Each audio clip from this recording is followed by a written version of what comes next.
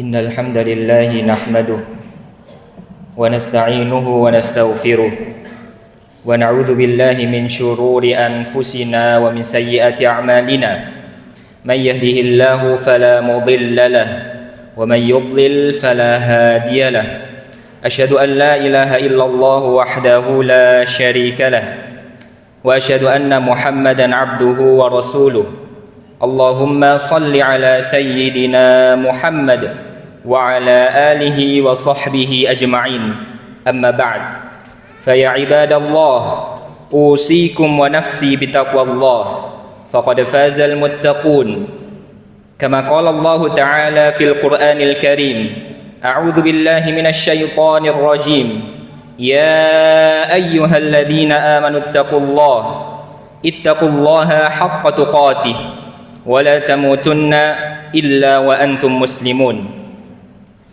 Jamaah salat Jumat yang dirahmati oleh Allah Subhanahu wa taala. Pertama, marilah kita tingkatkan ketakwaan kita kepada Allah Subhanahu wa taala. Ketakwaan yang tidak hanya di lisan, melainkan yang menghunjam ke dalam dada, yang melahirkan ketundukan dan mengikis habis keangkuhan di dalam hati.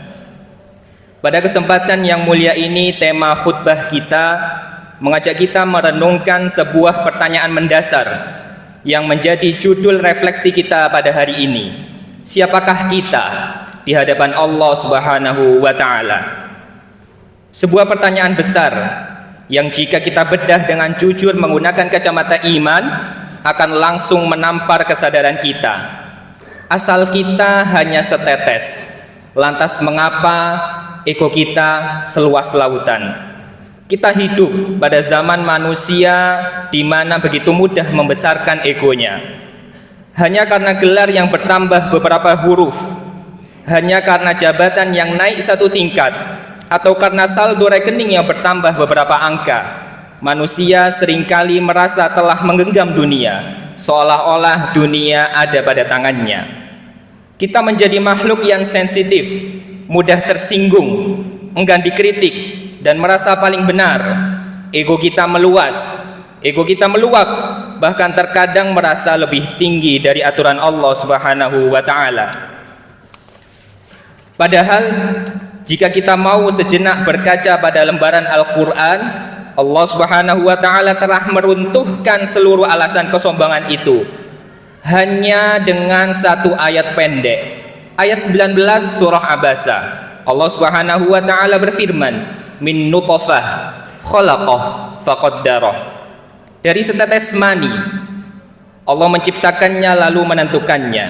Jamaah yang dimuliakan Allah Subhanahu wa taala, perhatikan kata nutfah dalam ayat tersebut.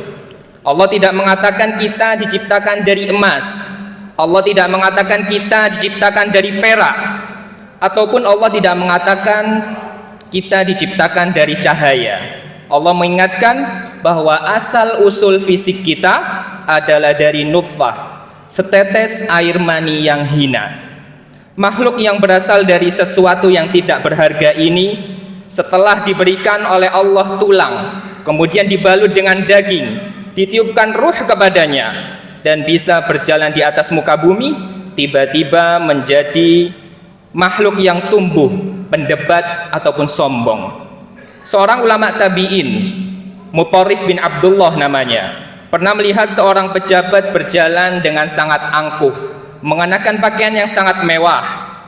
Beliau lalu menegurnya, wahai hamba Allah, ketahuilah, caramu berjalan seperti itu adalah cara berjalan yang dimurkai Allah dan Rasulnya. Pejabat itu menjawab dengan jawaban, apakah kamu tidak tahu siapakah aku? Lantas Mutarrif bin Abdullah menjawab dengan jawaban yang sangat menohok, aku tahu siapa dirimu. Awalmu adalah setetes air mani yang hina, akhirmu nanti adalah bangkai yang membusuk dalam tanah, dan di antara kedua masa itu kamu berjalan kemana-mana dengan membawa kotoran di dalam perutmu. Ma'asyiral muslimin rahimani wa rahimakumullah. Lantas apa yang dimaksud dengan ego seluas lautan? Rasulullah Shallallahu Alaihi Wasallam telah meringkas definisi kesombongan, telah meringkas definisi ego itu dalam sebuah hadis sahih riwayat Imam Muslim. yang bunyinya al-kibr batarul haq wa ghamtun nas. Sombong itu adalah menolak kebenaran dan meremehkan manusia.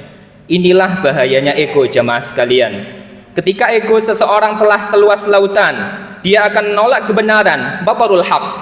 Ketika dinasihati oleh istrinya, dia menolak karena merasa paling tahu. Ketika dikritik oleh bawahannya, dia marah karena merasa paling berkuasa. Bahkan ketika diingatkan dengan ayat-ayat Allah Subhanahu wa taala, dia berpaling karena merasa logikanya lah yang paling hebat. Wal iyadu billah. Ciri kedua dari ego yang besar adalah meremehkan manusia, ghamtun nas.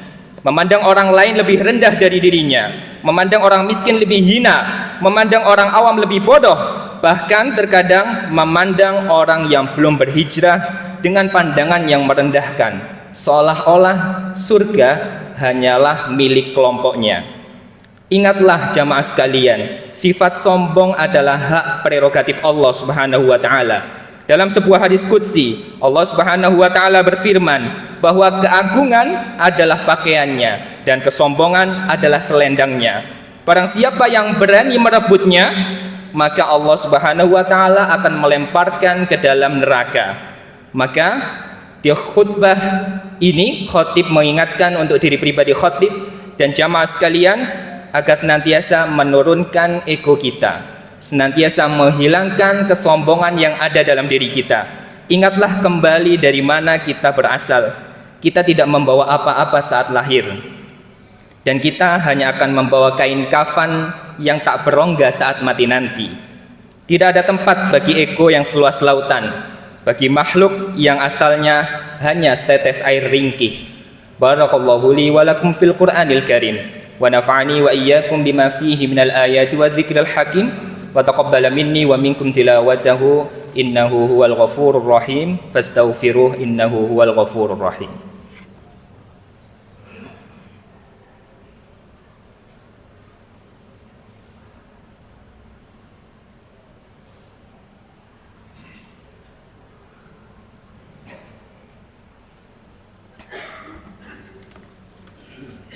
Alhamdulillahi hamdan katsiran thayyiban mubarakan fih kama yuhibbu rabbuna wa yardah. Asyhadu an la ilaha illallah wahdahu la syarika lah wa asyhadu anna Muhammadan abduhu wa rasuluh.